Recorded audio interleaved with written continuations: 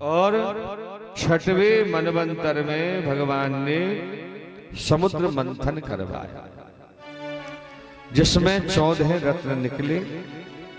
समुद्र मंथन किया देवताओं ने और दैत्यों ने मिलकर।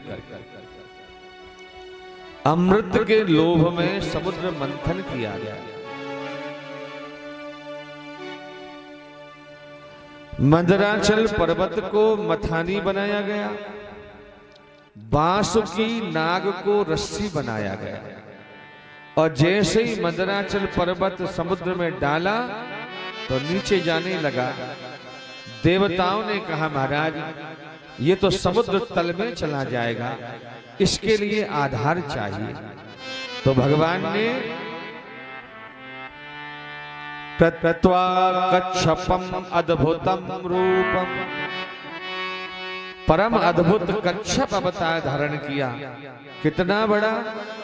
1,00,000 योजन द्वीपाकार, ऐसा विशाल भगवान ने कच्छप अवतार धारण किया। बोलिए कच्छप भगवान की जय। भगवान ने अपनी पीठ पर मंदराचल पर्वत को धारण किया। किसी भक्त ने पूछा महाराज कछुआ बनने की क्या जरूरत पड़ी, और कोई व्यवस्था कर देते? तो एक भक्त ने कहा कि बहुत दिनों से खुजली चल रही थी पीठ में। भगवान विष्णु को अब कोई खुजालने वाला नहीं मिल रहा था, तो भगवान ने कछुआ अवतार धारण किया कि घर्षण होगा तो खुजली मिट जाएगी। मुंह की तरफ लगे देवता और पूंछ की ओर लगे दैत्य। दैत्यों ने सोचा कि वो अमृत निकले, वो कहीं सर्प के मुंह से नहीं निकल पड़े। ये देवता मुंह की तरफ क्यों लगे? देवताओं से कहा मुंह की ओर क्यों लगे हो? बोला मुंह शुभ होता है, हम बड़े हैं इसलिए मुंह की ओर लगे हैं। बोला नहीं हम बड़े हैं, हम मुंह की तरफ आएंगे, तुम पूंछ की तरफ आओ। भगवान ने इशारा कर दिया चले जाओ, और देवता पूंछ की ओर और दैत्य मुंह की ओर। घर्षण प्रारंभ हुआ, मंथन प्रारंभ हुआ, तो सर्प के मुंह से ज्वाला निकलने लगी और दैत्यों का शरीर कृष्ण पड़ता चला जा रहा। और समुद्र मंथन में सबसे पहले क्या निकला? हलाहल विष निकला। उसे विष की जो ज्वालाएं थी वो तीनों लोगों को जलाने में सक्षम थी, इतना भयंकर विष था। तो राजा बलि ने इंद्र को पकड़ के कहा वह तू तो कह रहा था इसमें अमृत निकलेगा, हैं? तू तो अमृत की बात कर रहा था, इसमें तो विष निकला है जहर। अब इसको कौन पिएगा? अब इसको तू ही पी। अब इंद्र से जहर के प्याले को हाथ में लेकर के भयभीत हो गया, क्या करूं? तो दौड़ के भगवान विष्णु के पास गया। बोला महाराज आपने तो कहा था कि अमृत निकलेगा, इसमें तो विष निकला है, कौन पिएगा? तो देवताओं में सबसे चालाक देवता कौन है? भगवान विष्णु। और सबसे भोला कौन है? भोलेनाथ। तो भगवान विष्णु ने चालाकी की। बोला तुम कौन हो? बोला देव। और देवों में बड़ा कौन होता है? बोला महादेव। पहले महादेव के पास जाओ, और महादेव नहीं पिएंगे तो हम पी लेंगे। सब देवता मिलके कैलाश पर्वत प्रार्थना की। देव देव महादेव भूतात्मन भूत भावने त्राहि शरणापन्ना त्रैलोक्ये देहनाद विषाद। हे परमात्मा को जलाने में सक्षम, रक्षा कर। बाबा जी ने तुलसीदास जी ने लिखा है रुद्राष्टक, सुनिए एक दो श्लोक बहुत सुंदर है, आप जानते होंगे सर। नमामि शमीशान निर्वाण रूपम, नमामि शमीशान वेद स्वरूपम।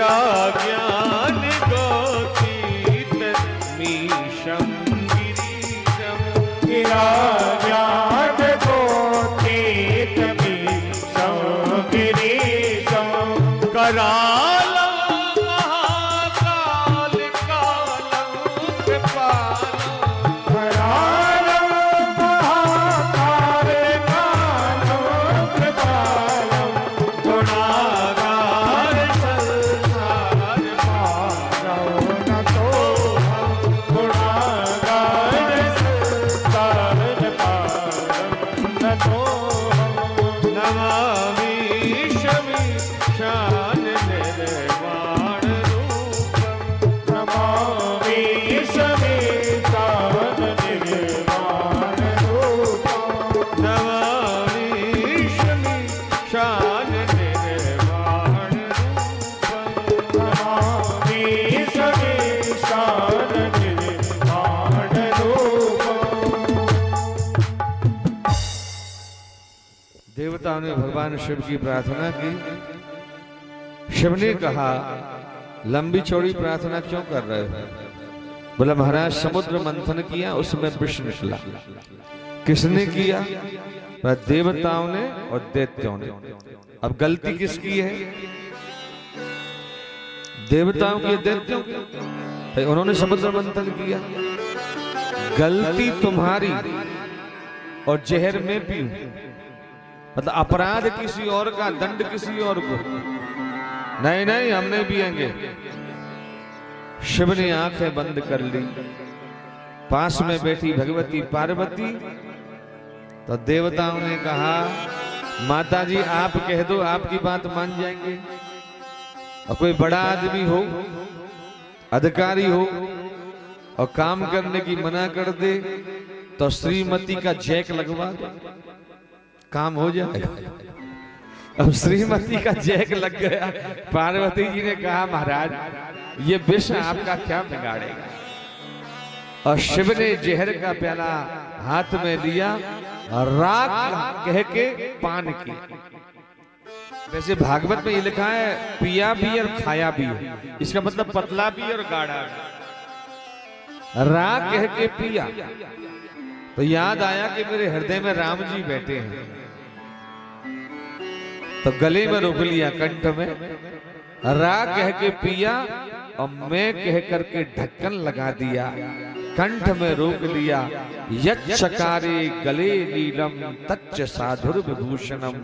जो दूसरों की विपत्ति अपने ऊपर लेता है, वो विपत्ति भी उसका आभूषण बन जाती है।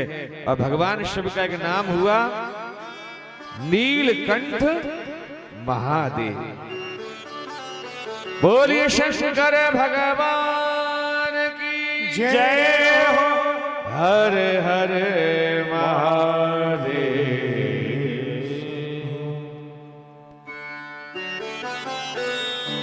भगवान शंकर का रंग कैसा है? कई कैलेंडर वालों ने बिगाड़ दिया, सांवला बना दिया।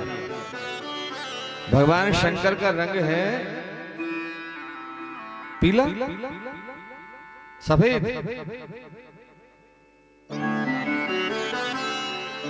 भगवान शंकर का रंग है सफेद। भागवत में लिखा है रुक्म देहो। रुक्म कहते हैं चांदी, चांदी की तरह। और भागवत को भी छोड़ दो, आप तो रोज आरती करते तो बोलते ना, कर्पूर गौरम। आह, कपूर की तरह श्वेत वर्ण है, करुणावतार। क्रोध के अवतार नहीं है, करुणा के अवतार। और संसार सारम भुजगेंद्र हारम। सर्प का हार धारण। सदा वसंतम हृदयारविंदे। अरविंद कहते हैं कमल को। आप मेरे हृदय रूपी कमल पर विराजमान रहे सदा। भव भवानी सहितम नमः। हे भव, मैं तेरी भवानी के सहित तुझे प्रणाम कर रहा हूं। भगवान शिव ने विष का पान किया। देवता पहुंचे समुद्र मंथन पुनः प्रारंभ हुआ और दूसरे स्थान पर समुद्र मंथन में निकली कामधेनु नाम की गैया। बोला ले जाओ। देवताओं से कहा, दैत्यों ने बोला हम क्या करेंगे, तुम ले जाओ। तो दैत्यों ने कहा हम क्या करेंगे। आप सोचिए, सतयुग में गौ माता ना देवताओं ने रखी ना दैत्यों ने रखी, तो किसने रखी? भारत के ऋषि मुनियों ने रखी। देवताओं ने नहीं ली, दैत्यों ने नहीं ली, ऋषि मुनियों ने ली। और तीसरे स्थान पर उच्चैश्रवा नाम का घोड़ा निकला, वो राजा बलि को दे दिया गया। और चौथे स्थान पर ऐरावत नाम का हाथी निकला, जो इंद्र को दे दिया गया। और पांचवें स्थान पर कौस्तुभ नाम की मणि निकली। नारायण ने कहा, देखो ऋषि मुनियों ने गाय ले ली, दैत्यों ने घोड़ा ले लिया, देवताओं ने हाथी ले लिया, अब ये पत्थर का टुकड़ा मुझे दे दो। बढ़िया बढ़िया चीज भगवान अपने कब्जे में ले लेंगे। और कौस्तुभ मणि भगवान ने पहन ली।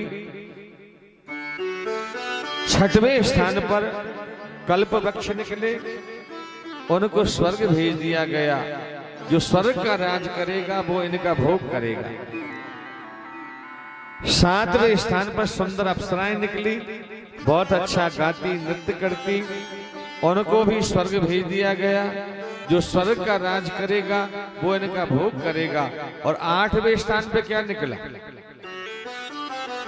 देखिए, भागवत के 8वें स्कंद की कथा चल रही है और 8वें स्कंद की 8वीं अध्याय चल रही है और 8वीं अध्याय की 8वीं श्लोक है और समुद्र मंथन का 8वां रत्न है।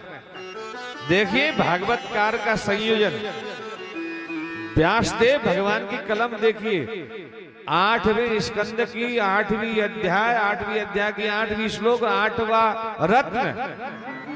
ततश्च आविर्भूत साक्षात् श्री रमा भगवत परा रंजयंती दिशः कांत्या विद्युत सौदामिनी यथा।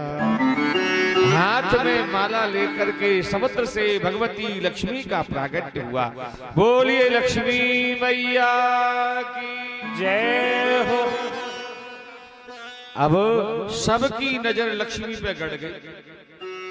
भाई कौन नहीं चाहता कि लक्ष्मी मेरे घर नहीं आए। भगवान ने कहा स्वयंवर होगा और जिसके गले में लक्ष्मी वरमाला डालेगी वही लक्ष्मी का पति होगा। तो सबसे पहले कौन बैठे? सबसे पहले बैठे बाबा जी, दाढ़ी झाड़ के। सब दुनिया चाहती है कि लक्ष्मी हमारे घर आए, तो आगे आगे बैठे दुर्वासा। लक्ष्मी डर गई। ये शाप देने में बहुत मास्टर आदमी है, सबको शाप इसी ने दिया। ये समझ लो कि शाप देने में तो दुर्वासा ने एम कर रखी थी, सबको शाप इसी ने दिया। हाथ जोड़ के कहा नूनम तपो यशन मन्यु नजयो ज्ञानम कचित तच्चन संग विवर्जते। महाराज आप तप बल से सब कुछ देने में सक्षम है, आप दूसरा स्वर्ग भी बना सकते हैं, पर आप में थोड़ी सी कमी है। कमी क्या है? बाबा जी को पता नहीं कब तक घर में रहे और कब छोड़ के चला जाए। भाई करदम ऋषि भगवान बेटा बन के आए फिर भी छोड़ के चला गया, तो बाबा जी को क्या भरोसा।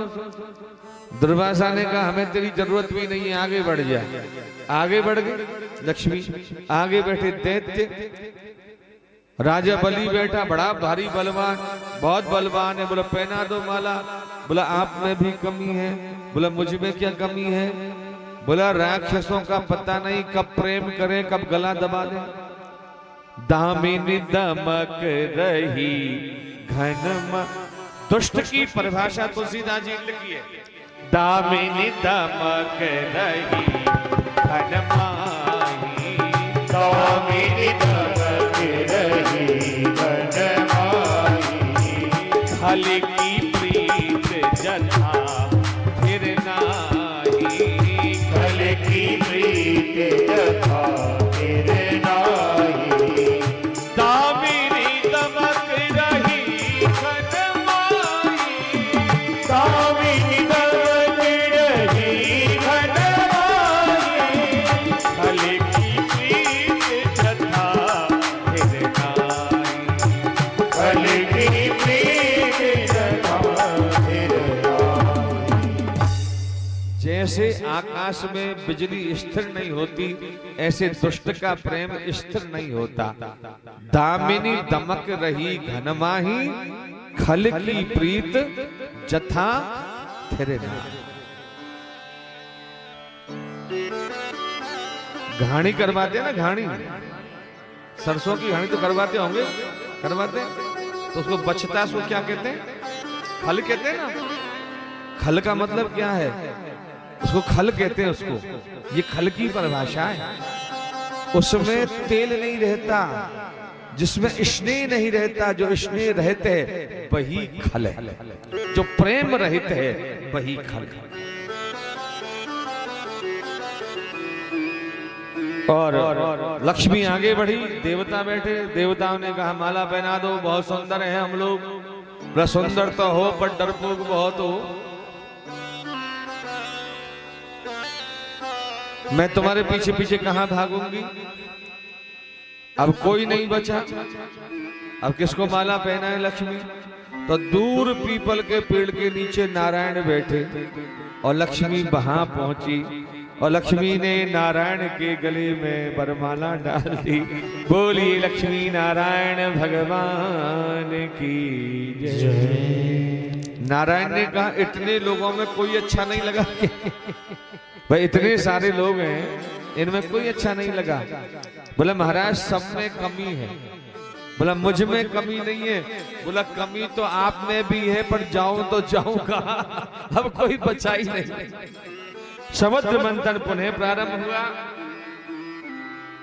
और समुद्र मंथन में 9वें स्थान पर वारुणी देवी का प्राकट्य हुआ। शराब निकली और भगवान ने कह दिया आज तक फैसला नहीं हुआ कौन देवता है कौन दैत्य है, आज फैसला हो जाएगा। जो शराब पिएगा वो राक्षस है, जो नहीं पिएगा वो देवता। परखी लग गई, राक्षस पी गई। 10वें स्थान पर भगवान धन्वंतरी का प्राकट्य हुआ और 11वां अमृत का कलश। आविर्बभूव कलशम दधतरण वाद्ये पीयूष पूर्णमदत् कृते सुराणा रुगजाल जीर्ण जनिता जनितो प्रशंसे धनवंतरी से भगवान भविकाय भूय। देवता ने जैसे हाथ जोड़े, धनवंतरी भगवान की जय। जैसे ही जयकारा लगाया, दैत्य समझ गए इसी के हाथ में अमृत है। और दैत्य दौड़े, दैत्यों ने अमृत का कलश छीना।